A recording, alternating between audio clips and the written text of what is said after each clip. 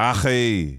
So we got, listen, what's going on in the Prem? Get me? What's going on with the Chelseas and we got Manchester United fans. They're planning a protest against Glazer and Iniesta before Fulham's match on the 1st of February. Let's get into this. Let's play this. Let me flip the screen, get into this so you kind of understand what's going on with Man United. The 58 are going to protest ahead of the Fulham game next month, citing their owner, Sir Jim Ratcliffe, as an incompetent clown. So this protest that was going to take place ahead of the Arsenal game, but United fans told them not to do it because they thought they were getting belabor, and they told them to leave Sir Jim Ratcliffe alone, has been delayed, and now they're going to do it ahead of Fulham. And they are including Sir Jim Ratcliffe in that. So look, what it'll amount to, some people say, well, nothing will come of it, but if you do nothing, then nothing happens either. So I think it's a good thing. And I think it's good that Sir Jim Ratcliffe is included in it, because he did say if he gets much more pressure, he'll go. So maybe it's a clever move to include Sir Jim Ratcliffe. Oh, is that what he said? He said if he gets much more pressure, then he could go. Well, obviously, of course, it's a clever move. You get me? Flicking the screen, obviously, this came out, obviously, the 20th, yesterday.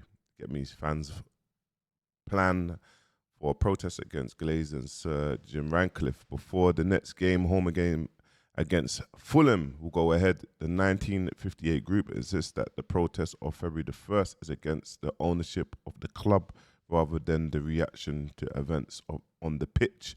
So they're happy with the events on the pitch. Well, they just came with a W against Man City. That was a hard game. You get me? They done amazing. So 1958 spokesman, this has nothing to do with the team or Carrick in the dugout. This is for the fans being priced out of the game, unnecessary sanctions, and the hard line seemingly taken towards match-going supporters. The protest has also been and will also be against the Glazers owners model and their sidekick Radford propping them up. Fans need to come together to protect our game, protect the future of our game. This has never been about results on the pitch. So this is making it be known, you get me? And this, what Manchester United, when they're going to protest, this is what looks like protest. Chelsea, I don't know what they done in the weekend, to be honest. I don't know what they done, but let's get into this. What has this done? What has this done? Let me tell you what this has done. Last week, we were talking about getting the Glazers and INEOS out. Last week, we were writing letters to the government of Manchester. Last week, I wrote one, right? I wrote one, and it's on it went viral, guys. I wrote one. Last week, it was United is broken, hashtag, which I've used every single day since then. Last week, it was that. Now we're forgetting about what's most important. Now we're forgetting about the Glazers. Now we're forgetting about INEOS. We can't concentrate and focus on one thing for more than a few days. Obviously, look, the performance, Manchester City played awful, but the performance with Man United, you lot got it in you. But he's right. He's right. Obviously, the most important thing is the protest, being heard. And I always will encourage protests, because even though people think, oh, it never does anything for these £1 billion owners or whatnot, no, it does, because it just shows that if fans stop buying tickets, the clubs go down, bro, and they have to make dramatic changes, respectfully. That's the problem with Manchester United. That's the problem with our fan base. We can't concentrate on that. We get distracted straight away. Anything can distract us.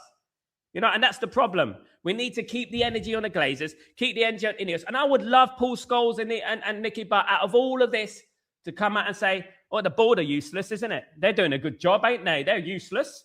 Absolute pathetic, the way they've done this, the way they've done. I would love that to happen, but no, they won't do that. And this is where my anger comes from. My contradictions to the argument. I can take banter. I can take, even if it's semi-insulting, right? For me, I can take it. But why are you not targeting the board? Why are you not? Let me know your thoughts in the comments, as obviously a Manchester United fan, of what's going on in the club. What do you feel like needs to change in the club? Let us know. You get me?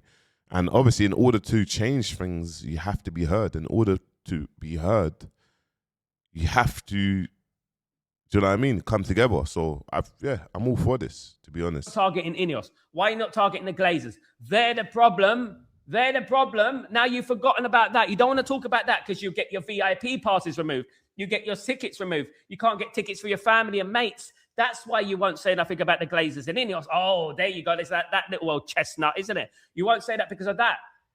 Say what you want, but call out the biggest problem at the club. You know?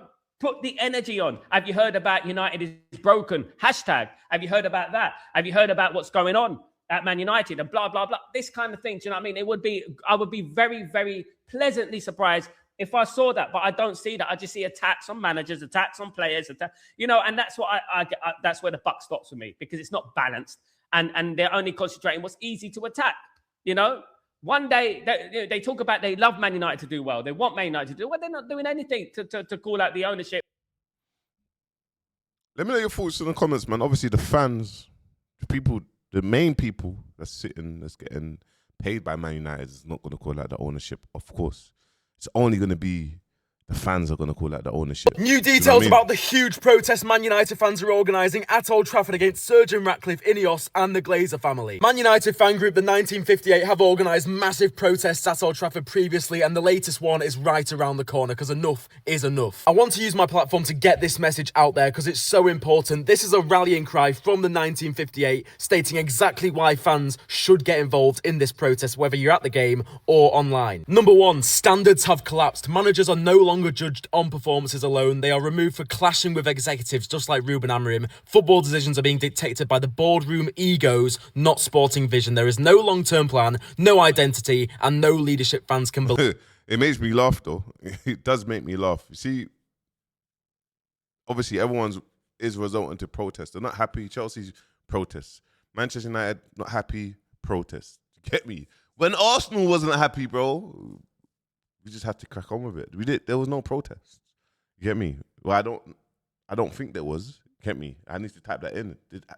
When was the last time Arsenal done a protest against the club and the owners? That's what I need to put in. But look, if there's an injustice against the club, obviously Ruben Amorim, he was never meant to be at the club for so long anyway. So yeah, he had an argument with the owners. He should have. Get me? They let him go from the argument of the owners. Cool. But yeah, let me know what you want to move forward. Let me know what you want to happen regarding this. Yeah, make sure you like, comment, subscribe. Peace.